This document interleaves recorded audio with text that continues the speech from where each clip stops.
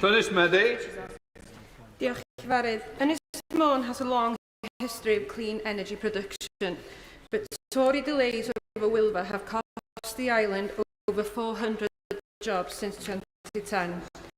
In March, the now Secretary of State urged the UK government to get on with delivering new nuclear power. Now she's in power, will she back those words with a concrete plan? Can I welcome the Honourable Lady to her place, and just to say that our manifesto commitment to deliver new nuclear in places like Wilfa stands. We will do that, and this government has now completed purchase of the Wilfa site, as she knows. We will end over a decade of inaction by the previous government on nuclear power as part of our wider plans to get Britain building again. Secretary John Lamb. Thank you, Mr Speaker. Can I start by congratulating the new ministers on their appointments. The last Conservative government spearheaded various clean energy schemes for Wales, including the Celtic Freeport, which has the potential to create more than 10,000 green jobs. So will the Minister join with me today in recognising the last Conservative government led the way in delivering clean energy projects for Wales?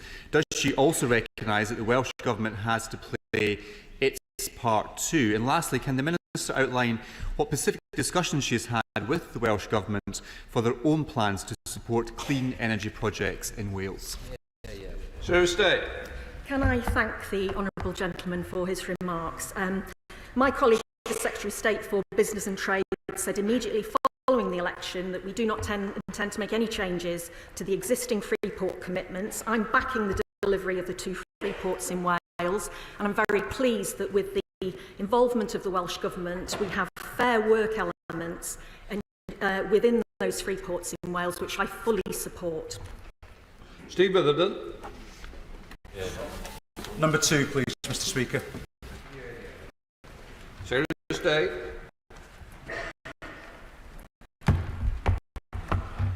Under my chairmanship, the Transition Board has moved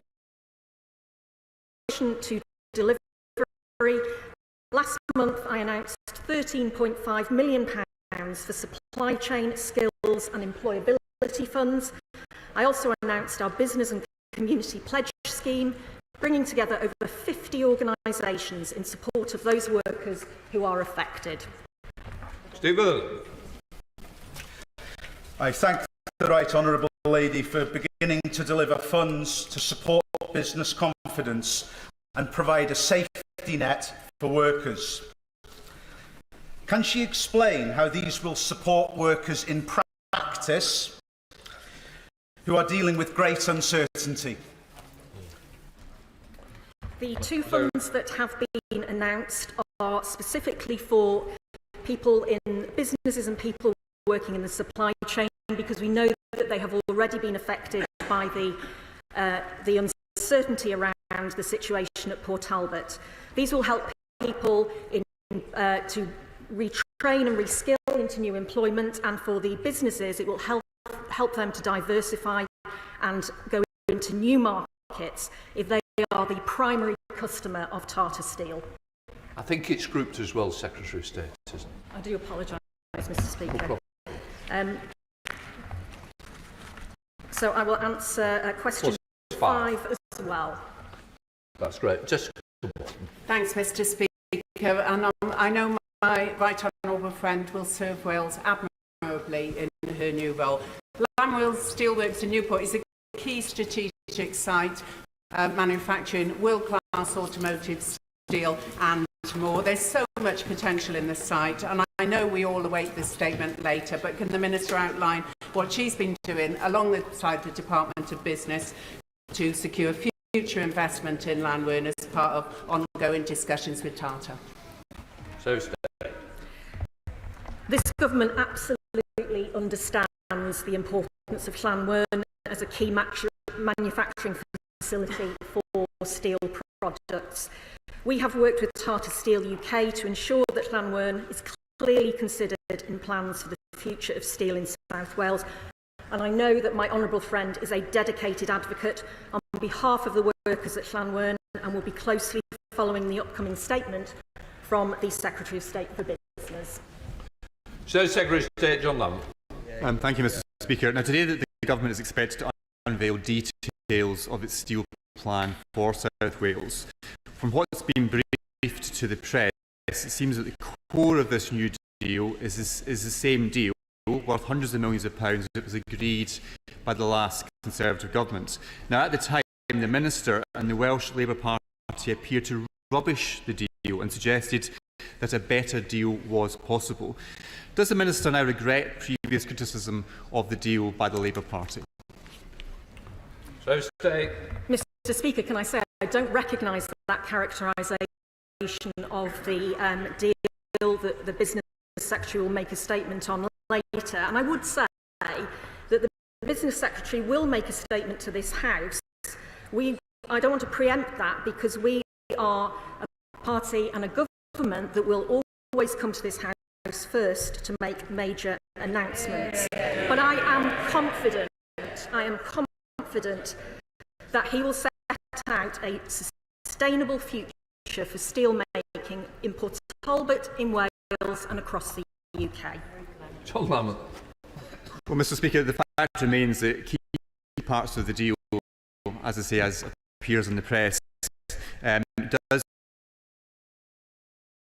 unchanged from what was agreed before, including almost £100 million to help steel workers who might lose their jobs. In their negotiations with the last government, Tata Steel were crystal clear no other deal was possible.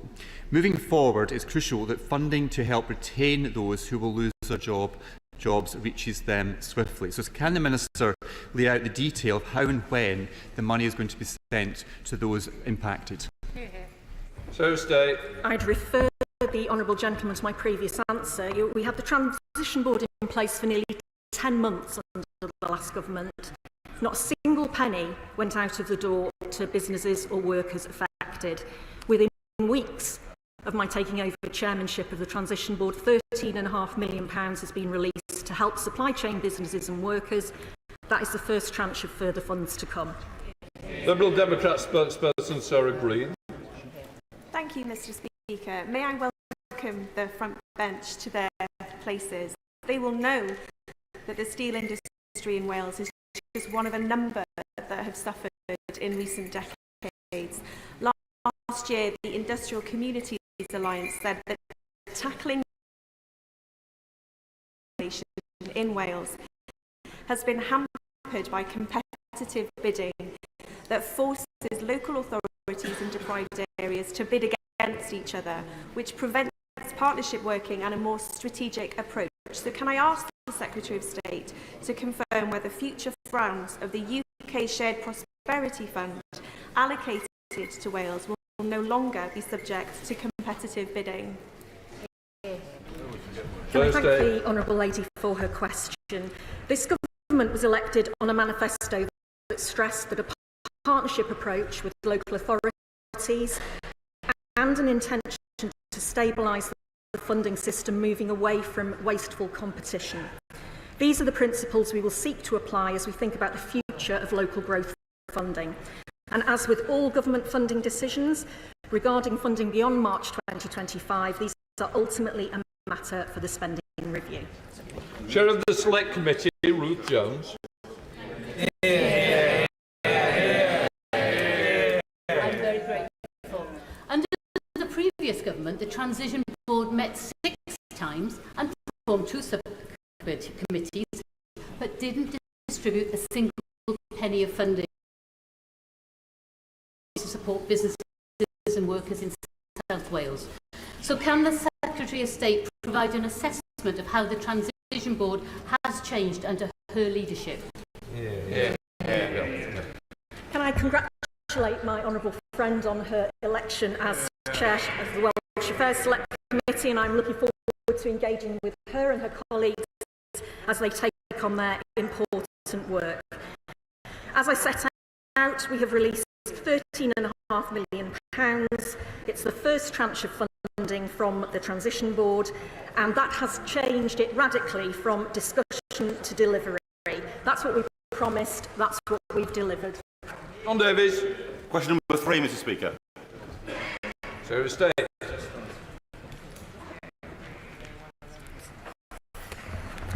Last week, I met with the Transport Secretary to discuss rail infrastructure and steps to improve cross-border connectivity. I also joined Welsh Government Cabinet Secretary Ken Skates to announce a joint Network Rail and Transport for Wales programme, which will increase rail capacity by 40%, with 50% more timetabled services on the North Wales main line. Sean Davies. Mr Speaker, it's a real delight to see my friend, right honourable friend, in her place. The train line from Aberystwyth to Birmingham International via Telford is critical to the university, to the economies and the connectivity of Mid Wales, Telford and wider Shropshire. What conversations has my right honourable friend had with the Welsh Government, Transport for Wales and the Department for Transport here about improving that line and the road in Stoke? Secretary of State. I agree with my honourable friend that the Cambrian line provides an important connection to and from Aberystwyth University, and it plays a key role in supporting cross-border connectivity for the people of Mid Wales and beyond. In recent years, Network Rail has undertaken work to improve infrastructure on the Cambrian line to support the introduction of new trains. Enhancements to the railway in Wales that deliver passenger benefits, including proposed electrification, are being considered by the Wales Rail Board. Liz Saville-Roberts. Diolch yn fawr iawn, Lefarydd. I'm sure the Secretary of State will join me in sending every sympathy to the friends and family of the late great singer and comedian Dewi Puss. On the day cancellations on the North Wales to London line stood at 15. We consistently have the highest on-the-day cancellation rates for the entire Avanti network, 3 to 4 times higher than the next worst part of the network. How will she use her role to stop Avanti punishing Welsh travellers? Can I thank the Right Honourable Lady for her question and concur with her remarks. The government is clear that performance on Avanti West Coast has not been good enough. We've heard many times in this chamber about the appalling service. Too many cancellations, too many delays. This government has required Avanti West Coast to improve its performances on services. I discussed this with the Transport Secretary last week. Ministers and officials are holding regular performance reviews with Avanti West Coast and Network Rail to hold them to account, closely monitoring compliance with contractual obligations using the contractual mechanisms. Liz Saville-Roberts. Sadly, it seems that between Welsh Government and Labour and Government here in the UK, that service to North Wales is not a priority. We see that in the rate of on-the-day cancellations. But the truth is, of course, that the railways are broken, and Labour's plan fails to address the chronic underfunding that has caused it, particularly in Wales. Now, in 2022, the then Shadow Secretary of State said that it was utterly illogical to designate HS2 as an England and Wales project, and she called on the Conservatives to cough up the billions owed to Wales. Will she cough up now? Secretary of State. We can't go back in time and change the way that project was commissioned, was managed and classified by the previous Conservative government. They need to accept responsibility for the chaos, delay and waste under their watch. But what we can do is work closely with our Senedd and local authority colleagues to develop and invest in transport projects that improve services for passengers right across Wales. Matthew Patrick. Question number 4, please, Mr. Speaker. Secretary of State. I was pleased to meet with the Transport Secretary last week to discuss our approach to rail in Wales. She's reviewing the previous government's transport report in the autumn. We will deliver rail improvements which will make the services more accountable to the people who use them, to the passenger rail Services Bill, which completed its common stages last week, and Great British Railways, launched in shadow form earlier this month. Matthew Patrick. Thank you, Mr. Speaker, and it's great to see my honourable friend in her place. Connections between my constituency of Wirral West and North Wales are many, they're deep, and they're valued on both sides of the border. Our transport connections, however, are sadly lagging behind. Could she please set out what conversations she's having with ministers and stakeholders to improve those connections? Can I welcome my honourable friend to the House and congratulate him? In my meeting with the Transport Secretary last week, we discussed a range of issues, including connections between Wales and Merseyside. I recognise the importance of cross-border travel for people across the region. The UK and Welsh governments are committed to strengthening these connections, which are vital to unlocking economic growth and employment opportunities for people and businesses. And I know rail enhancements are required to improve services on the Wrexham to Bidston line, and I will work across government to drive progress on this. Torsten Bell. Mr. Speaker. Minister. Thank you. Well, with your permission, Mr. Speaker, I will answer questions 6 and 10 together. This government's number one mission is to kick-start economic growth across at the forefront of this mission with renewable energy, advanced manufacturing, our vibrant creative sector, fintech and the life sciences, each offering huge opportunities to create jobs and drive growth. Torsten Bell. Can I thank the Minister for her answer and congratulate her on her appointment. Welsh universities are central to economic growth in many of our communities, but these are difficult times. Swansea University has already seen 200 voluntary redundancies and many more are happening across Wales, and our universities are affected by decisions of the Welsh Government as well as those of the UK Government. So can the Minister update the House on how the two governments will work together to nurture these crucial institutions? Minister. I welcome my honourable friend to his place, and I am very sorry to hear of the recent redundancies.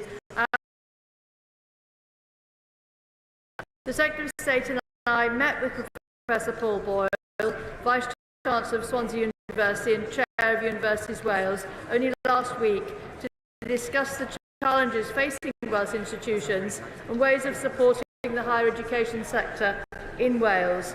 We recognise Welsh universities, including Swansea, have a huge contribution to make, both to our mission for growth in the economy and within their local regions.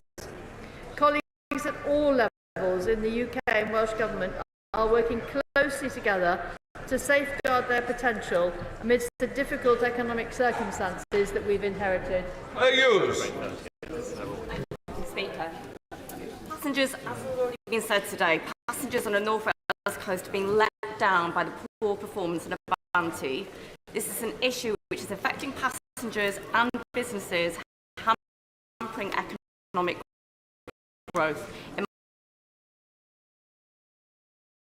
Specifically, what discussions the Secretary of State has had with her colleague, the Secretary of State for Transport, on this issue? Minister. I welcome my honourable friend to her place, and as she quite rightly says, transport plays an essential role in driving economic growth across Wales. My right honourable friend, the Secretary of State, met the Transport Secretary last week to discuss rail connectivity, including the performance of Avanti. And as the Secretary of State has set out earlier, the Government is clear that the performance of Avanti West Coast has not been good enough, with too many cancellations and delays. So ministers and officials are now holding regular performance reviews with Avanti West Coast and Network Rail and monitoring Avanti West Coast compliance with its contractual obligations with the aim of securing better services for her constituents. Colin Lockhart. Mr. Speaker, one of the biggest contributions to economic growth is the agri-food sector, today being Back British Farming Day, farmers, whether they be in Wales or Northern Ireland, need the support they reach their full potential to contribute to economic growth. As the member quite rightly says, farmers have a huge contribution both to the economic growth of this country and to our food security, and that is why we are absolutely determined to work hand in hand with Welsh Government to ensure that we can offer the very best to our Welsh farmers. Sir Ashley Fox. Question number 8. Minister.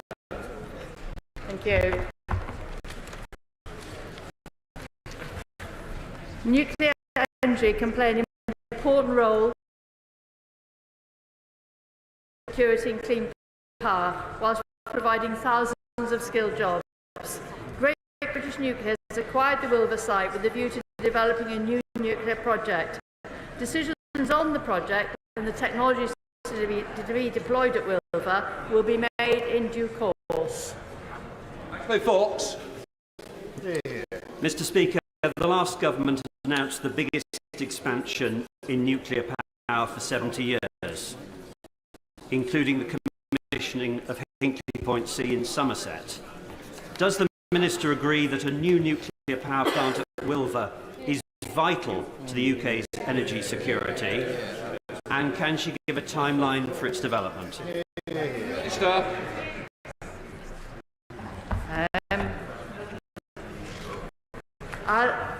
As a previously designated nuclear site that has hosted nuclear power, Wilver is ideally used for large-scale nuclear, or indeed to be used for a series of small modular reactors. And we will be setting out our plans on the site in due course. David Chadwick. Question number 11, please, Mr. Speaker. Minister. This government is committed to improving digital connectivity, as demonstrated by our commitment to full gigabit and 2030. I've recently met internet and mobile providers as well as Ofcom. The honourable member will be aware that thanks to the UK government's shared rural network, 4G connectivity has been boosted in his own constituency as a result of the activation last month of 2 additional masts. David Chadwick.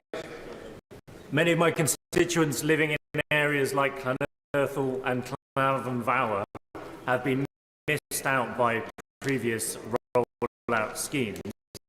Is the government committed to ensuring that funding is available to ensure that people living in so-called hard-to-reach areas can be connected?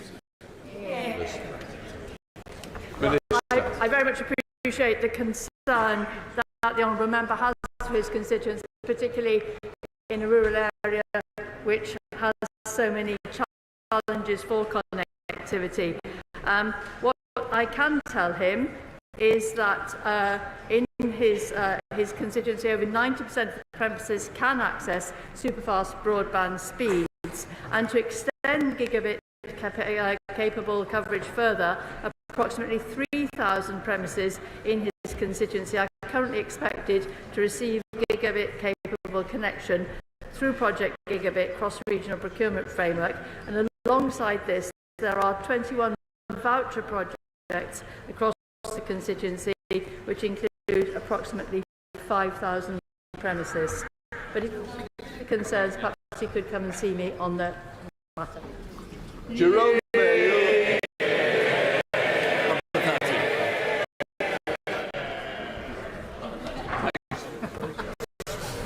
Jerome Mayo. Number 13. Secretary of State. Thank you, Mr. Speaker. We recognise that the NHS in Wales faces unique challenges and are committed to working closely with the Welsh Government to improve NHS waiting times. Our approach is grounded in the belief that public services, such as healthcare, should not just be fit for purpose today, but be robust and resilient for the future. Thank you, Mr. Speaker. Treating cancer early is absolutely critical for survival rates. In England, the target is to have 85% of patients treated within 62 days. Now, in Wales, that target is more generous. It's just 75%, and yet it has never been achieved. The current rate is an appalling 56.7%, much worse than the equivalent figure in England.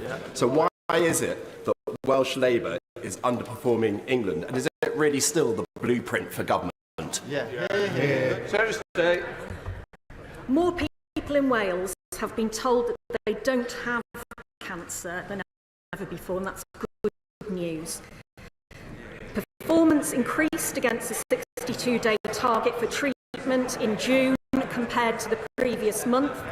And over the last 2 years, the number of patients waiting longer than 2 years has reduced. Average waits for treatment remain steady. We now come to Prime Minister's questions. Torsten Bell. Number one, Mr. Speaker. Prime Minister. Thank you, Mr. Speaker. Remember the late Queen and her enduring legacy of service and devotion to our country. And I was proud to announce a new national monument located at St James's Park to honour her memory. And I know the whole House will join me in sending our best wishes to the Princess of Wales as she completes her treatment. Mr. Speaker, this afternoon we'll introduce the Renters' Rights Bill. After years of inaction, this government will oversee the biggest levelling up of renters' rights in a generation, and I urge the whole House to get behind it. And later this week I'll visit Washington to meet President Biden for a strategic discussion on foreign policy.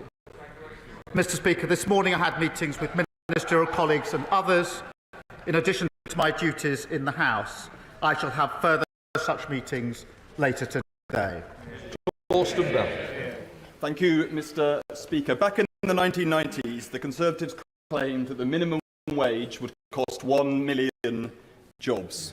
Instead, low earners have seen the fastest pay rises year after year, with no effect on employment. Year after year, which they oppose. Today, and under their watch, 1 million workers are on 0 hours contracts, and over a million people have no sick pay whatsoever, facing risks that nobody in this House would bear. The detailed matter, but it is outdated nonsense. Please sit. One, it's easier if you face me, I can hear it better. But the second part is it's meant to be a question, not a statement. No, I decide. Prime Minister, don't I? Thank you, Mr. Speaker. Economic growth is our #1 mission, and that's why we forged a new positive relationship with business. But too many people are insecure at work, and that holds them back and holds our economy back. This government was elected to deliver for working people, and that is exactly what we will do. We come to the Leader of the Opposition, Rishi Sunak. Thank you, Mr. Speaker. Can I join with the Prime Minister in his words about Her late Majesty, the Queen, but also in his words about the Princess of Wales? She's been in the thoughts of everyone across the country, and I know everyone in the House will be delighted and relieved at the progress that she has made. May I also, Mr. Speaker, take this opportunity to pay tribute to Nicholas Howard. This is his last Prime Minister's questions after supporting 8 consecutive Prime Ministers through these sessions.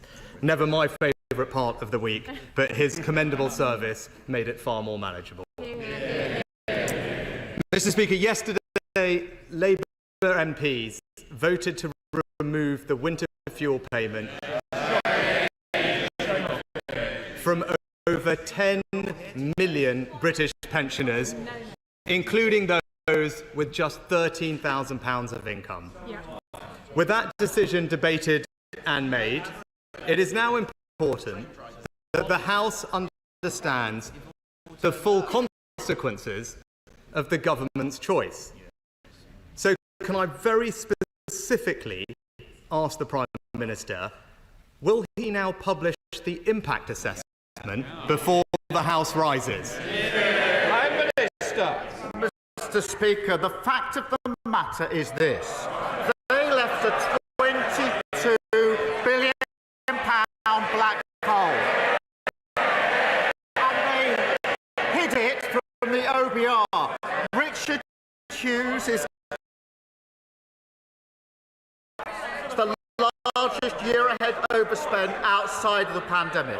Now, of course, when it comes to mitigations and impacts, we put those in place, ramping up pension credit, dealing with housing benefit and linking it to something the party opposite didn't do for years, and because of the tough decisions that we're making to stabilise the economy, we can make sure that the triple lock shows that increases in pensions will outstrip any loss of payments. But before he complains about us clearing up his mess, perhaps he'd like to apologise for the £22 billion black hole. Mr. Speaker, this has got... Mr. Speaker...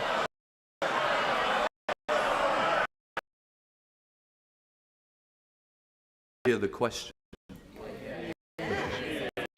Mr. Speaker, when I was in government, I delivered record increases in the state pay.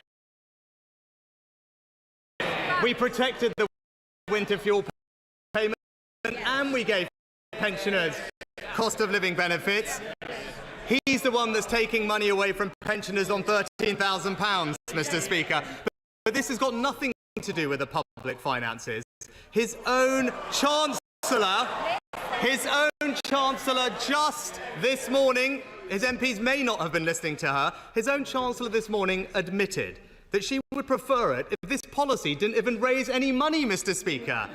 Obviously, the government would not have made this decision without an impact analysis. And yesterday, the Energy Minister confirmed that. So I ask, very simply again, why won't he publish the assessment now? Mr. Speaker, I remember the days when the Conservative Party used to be concerned about balancing the books. They've left a £22 billion black hole. Responsibility for this decision lies there.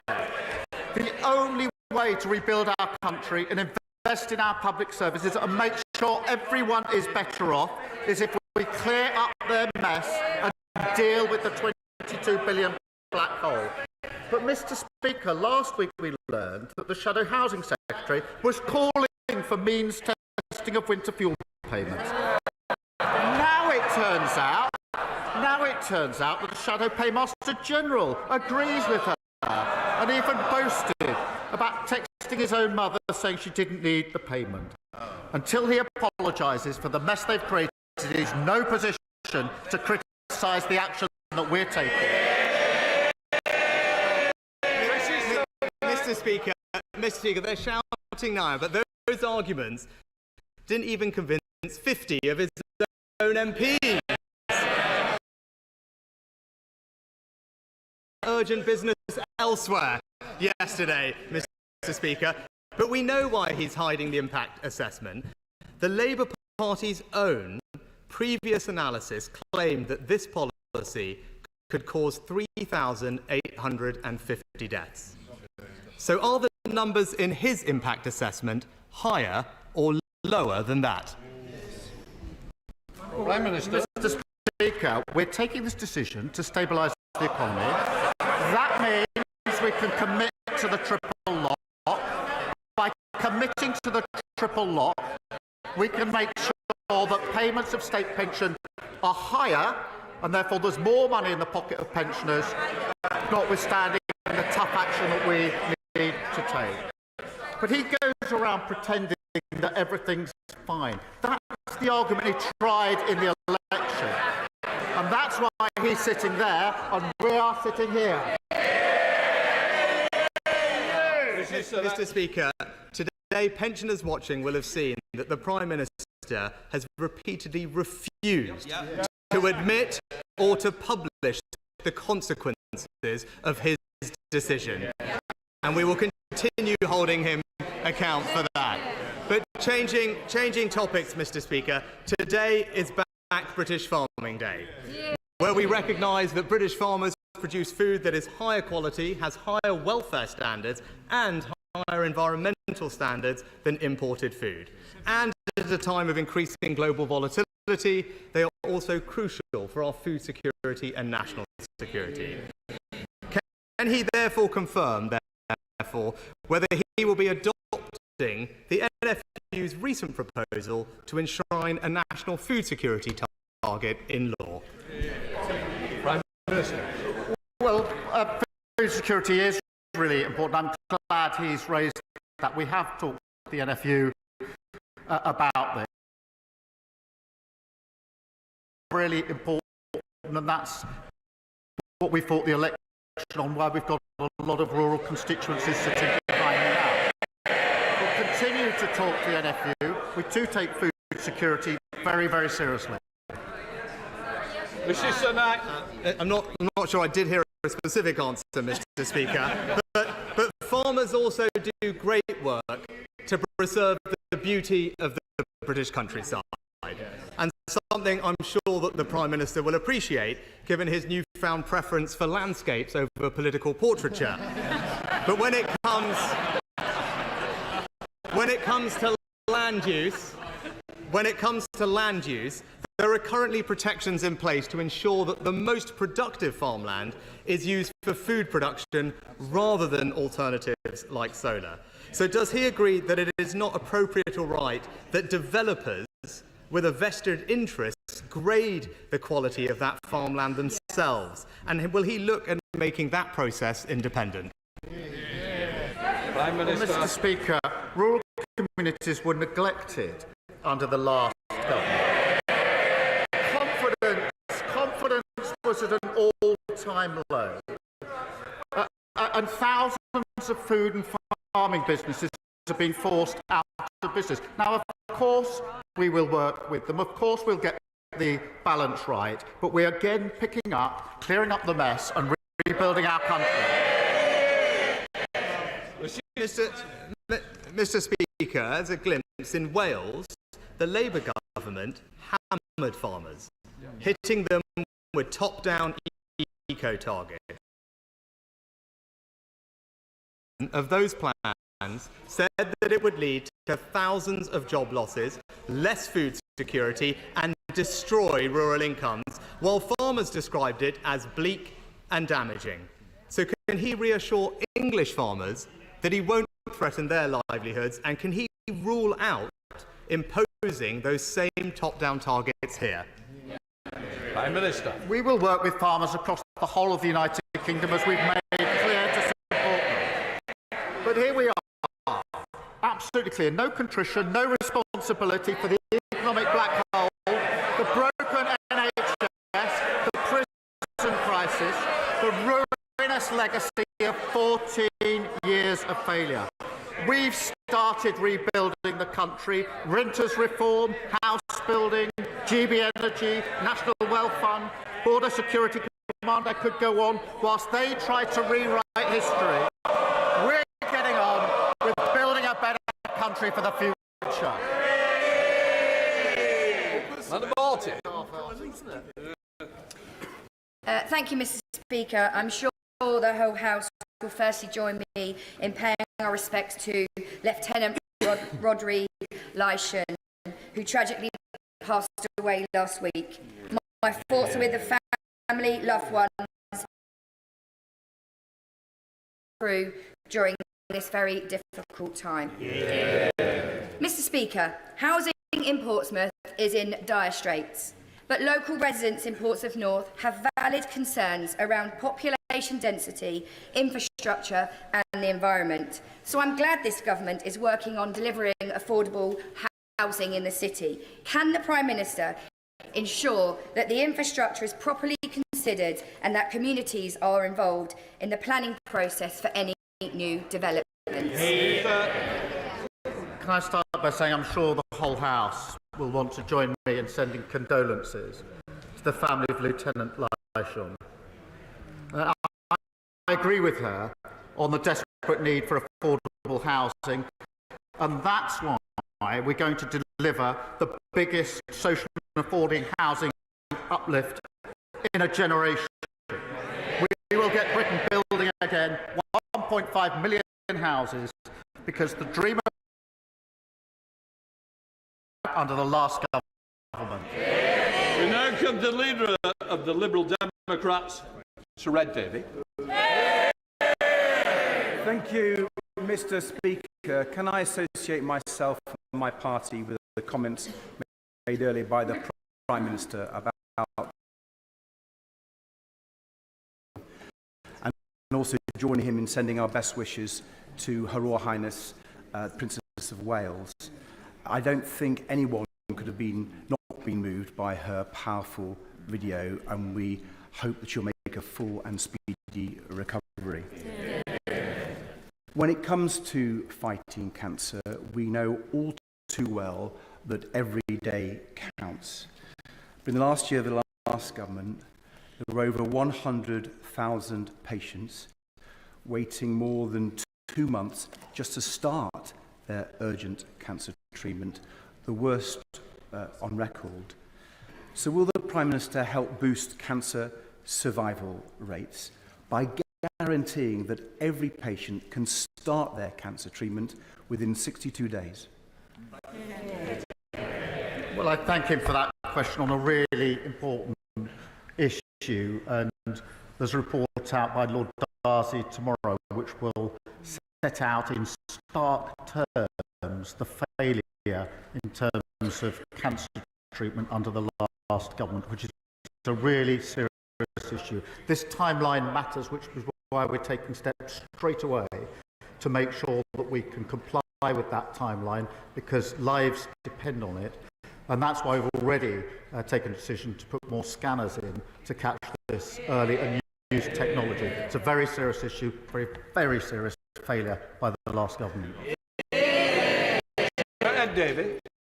Prime Minister, for that answer, and also if you look at the plans that the government is putting forward. Last night, the withdrawing of winter fuel payments. We believe it's just wrong to balance the books by removing the support from pensioners. But we do understand that there are some difficult choices to be made to clear up the appalling financial mess left by the last Conservative government. One of the many reasons for that mess was the Conservatives prioritising tax cuts for the big banks, costing £4 billion a year. More tax. So, will the Prime Minister instead reverse those cuts so that we can afford to support millions of struggling pensioners through this very hard winter? Well, I'll resist the temptation to get ahead of the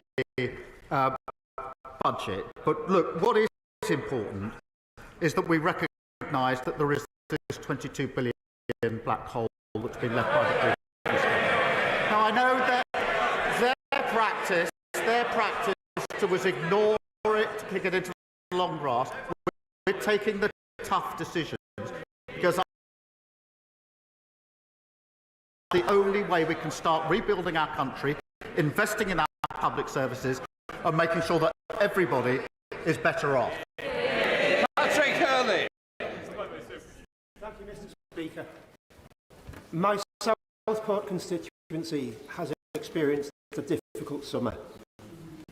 Firstly, I want to reiterate that our thoughts are with the families of Alice, Bibi and their lives in the attack in July. I welcomed the Prime Minister and the Home Secretary to our town in the weeks that followed, and we worked together to find further ways to bring our community together. Can I therefore ask the Prime Minister to take this opportunity to recommit the government's support for our town for those grieving and affected by the tragic attack? Prime Minister. Well, I thank him for that question, and we stand with those who tragically lost their loved ones in this heat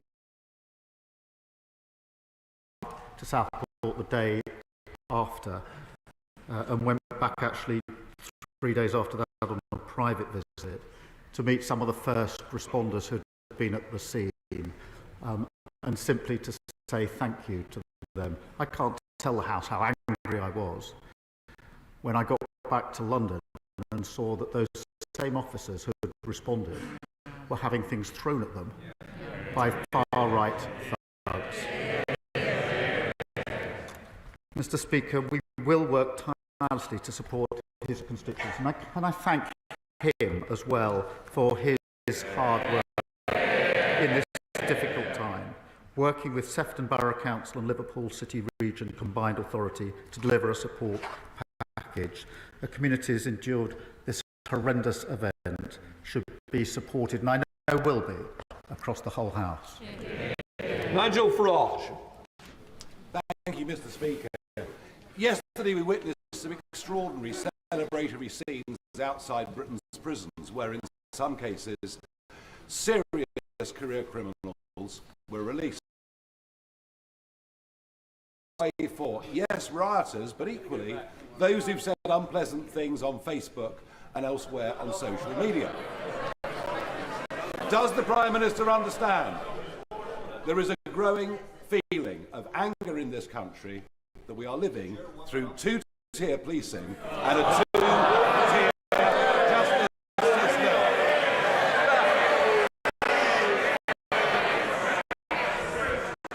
I'm angry to be put in a position of having to release people who should be in prison because the last government broke the prison system. And the Prime Minister was repeatedly warned. He had his own release scheme. He was repeatedly warned that he had to adopt the scheme that we put in place. The former Justice Minister said, if we don't do it, we'll have to get down on our knees and pray.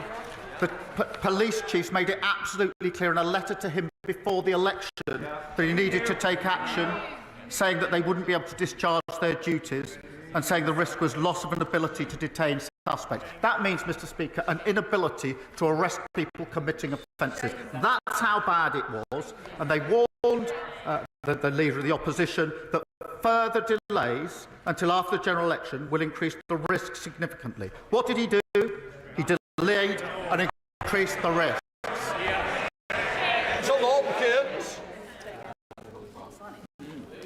Sorry, Mr. Speaker. I welcome the government's swift action to bring railways back into public ownership.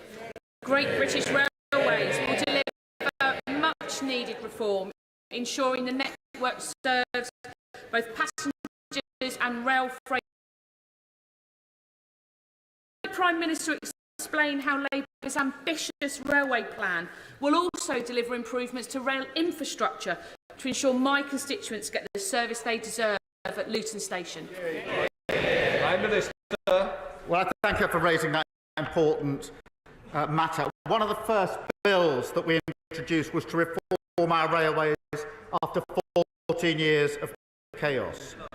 Great British Railways will unite track and train under a single leadership. And that means closer collaboration across the industry and faster, more effective decisions on critical infrastructure. And I know how vital that that will be in relation to both Luton and Leagrave stations in her constituency.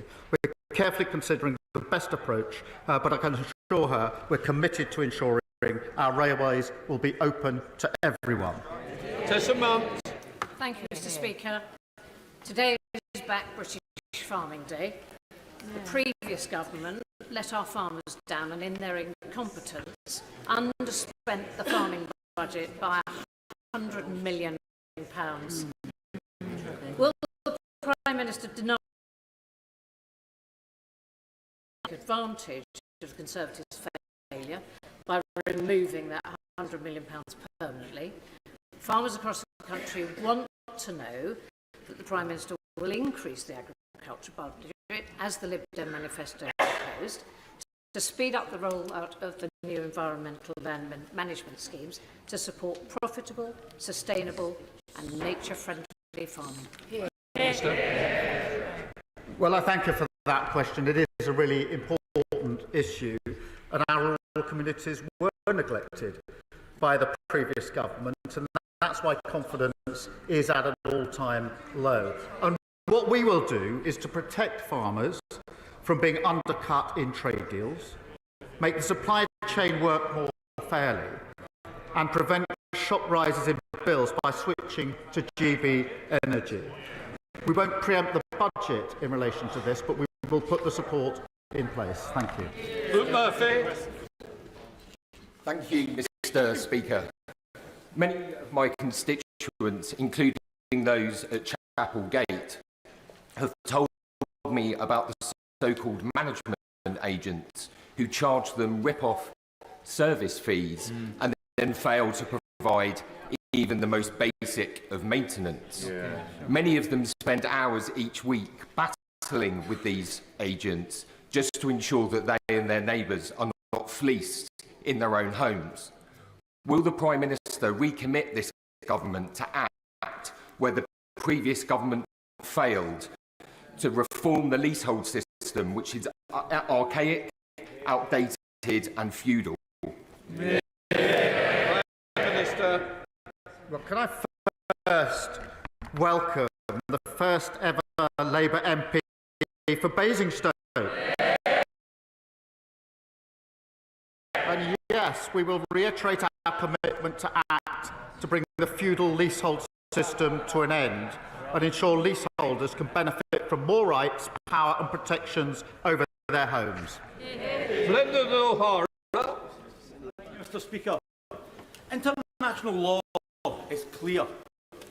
Dropping £2,000 bombs on densely populated civilians, and it's beyond dispute that Israel has used F-35s to do exactly that.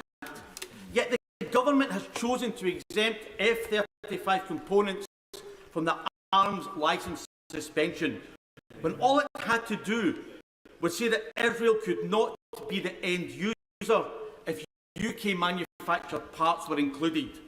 Last week, Mr. Speaker, the Prime Minister stood at that dispatch box and he said, we either comply with international law or we do not. That's right. Why has he chosen not to? Prime Minister. We are complying with international law. We've set out our reasoning, and I think all fair-minded members of the House would support the decision that we've taken. The most important thing now is that we get a ceasefire in place. That is one of the topics that I'll be discussing on Friday to ensure that the remaining hostages can come out, that aid that's desperately needed can go in, and we can start the process to a two-state solution, which is the only way to lasting peace.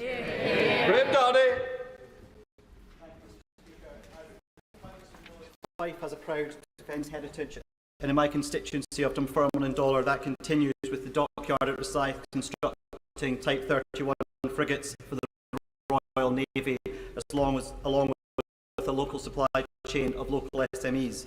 So will the Prime Minister ensure the Strategic Defence Review team visits areas of strategic importance such as Fife, so they can engage fully with the local supply chain and ensure the SDSR supports Britain's security as well as local economies? Prime Minister. Well, I thank him for that question and for championing his constituency, including the work at Rosyth Dockyard. The Strategic Defence Review will ensure that defence is central both to security and to economic growth and prosperity. The review will consult widely, including across the devolved nations, and I know the reviewers recognise the strategic importance of constituencies like his, and I will ensure that he gets the chance to meet the relevant minister to discuss the particular issues in his constituency. Dr Neil Hudson. Thank you, Mr. Speaker. The previous Conservative government committed to a rebuild of Whipps Cross Hospital in Harlow and the establishment of a new community. Sit down a minute. Look, I'm determined to hear this question. I don't expect the front bench to be shouting me down, and it won't happen. Thank you, Mr. Speaker. The previous Conservative government trying to join in again.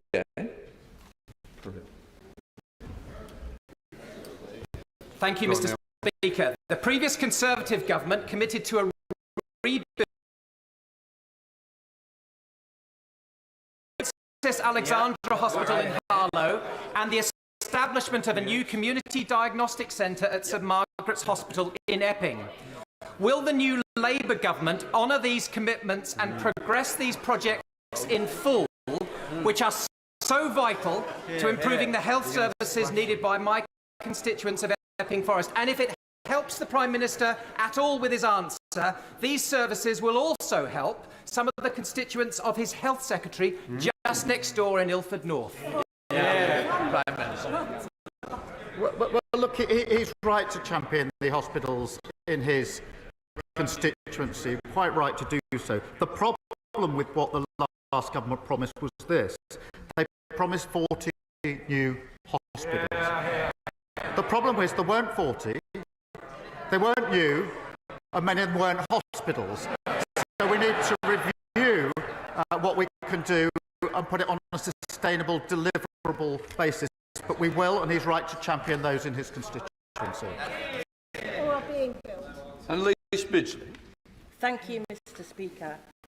Last week, I met my constituent, Cheryl Corbell, mother of Olivia Pratt Corbell, the 9-year-old murdered in 2022.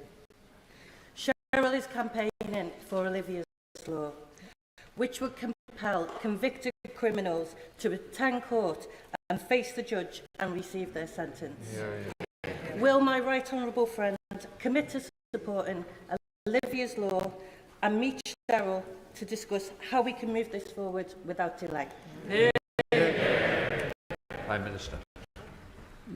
Mr. Speaker, in the King's Speech, we confirmed that we intend to introduce legislation this session, so courts have the power to order the most serious offenders to attend their sentencing hearings. This is really important, and I know it's felt across the House, because to deprive victims and their families of seeing the sentencing exercise is to deprive them of justice. I will meet Cheryl. I have already met Cheryl and gave her the commitment last August that we would do this, and I repeat it again today, and I would just pay tribute to the campaign that she has led. Stevenson. Thank you, Mr. Speaker.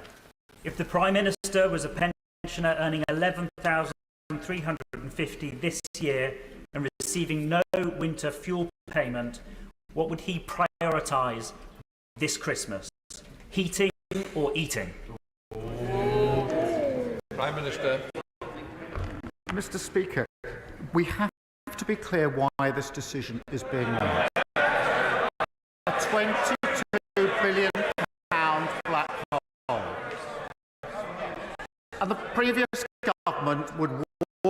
past these tough decisions, pretend it wasn't there, put it in the long grass. We're not prepared to do that because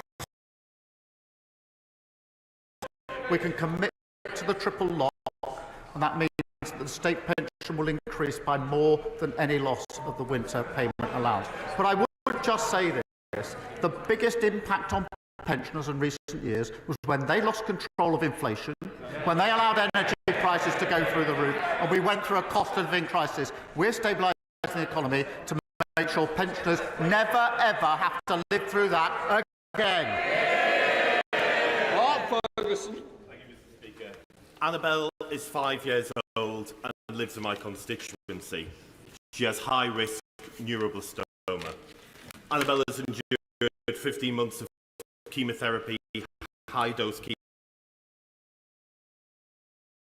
proton therapy, immunotherapy, hair loss, nasal feeding.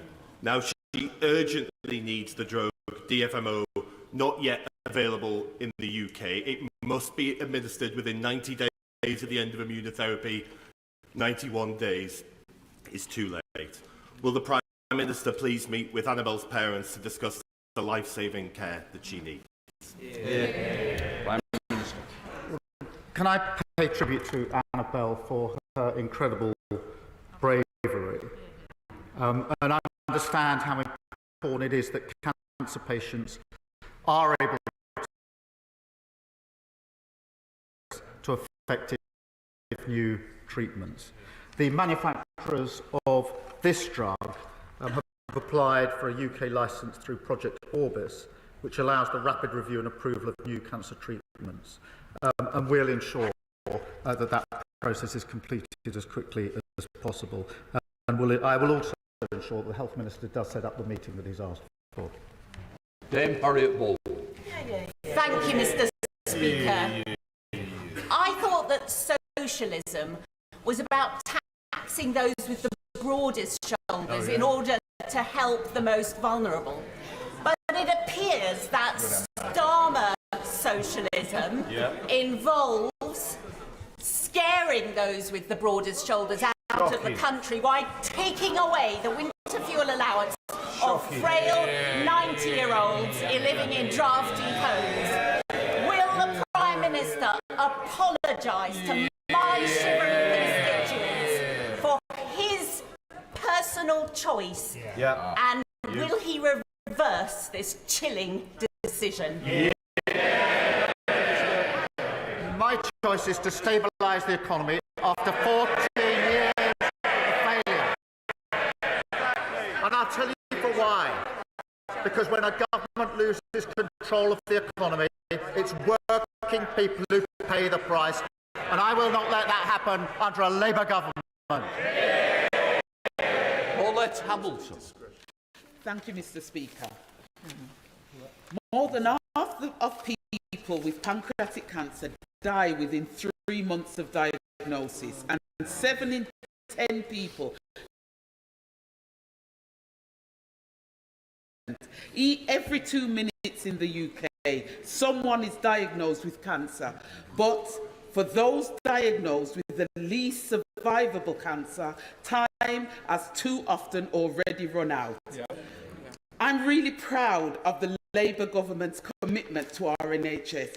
But will the Prime Minister now commit to reviewing a long-term cancer strategy so we can improve diagnosis and treatment rates in this country? Prime Minister. I thank her for raising this important issue, and it's obviously the second time it's been raised in this session. I'll have a lot more to say tomorrow. Report, I pay tribute to her tireless campaigning, particularly in relation to pancreatic cancer. Cancer patients have been failed by the last government, waiting far too long for diagnosis and treatment. We'll get the NHS catching cancer on time, diagnosing it earlier and treating it faster, so more patients survive this horrible set of diseases. Louis French. Thank you, Mr. Speaker. Thank you. Following Labour's disgraceful political decision to scrap winter fuel payments with little notice to millions of pensioners, will the Prime Minister today rule out scrapping concessionary travel fares and council tax discounts, which also help millions of pensioners across the UK? Yes or no? Prime Minister.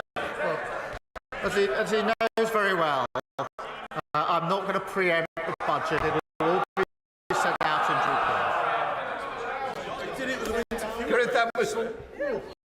Speaker, can I pass on the heartfelt thanks on behalf of the Bolton Council of Mosques, who greatly appreciated the dedication and leadership during the recent riots over the summer. Does my right honourable friend agree with me on the importance of supporting interfaith and community groups who play a vital role in bringing people together?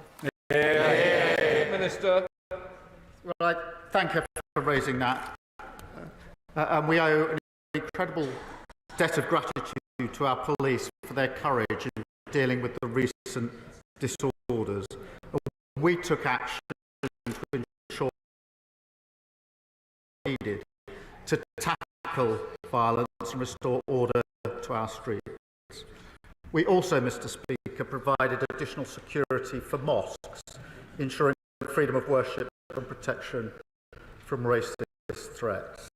And in the aftermath, we saw communities who really represent Britain coming forward, led by faith groups and community organisations. They showed that unity and demonstrated our values of tolerance and of respect. Ann Davies. Diolch, Llefarydd. Denmark has been undergrounding its electricity cables since 2008, building infrastructure and maintaining responsible stewardship of the countryside. The Welsh Labour government's policy is for all new power lines to be placed underground where possible. The UK Labour government favours overhead pylons. Why is his government opposing Welsh colleagues in Wales?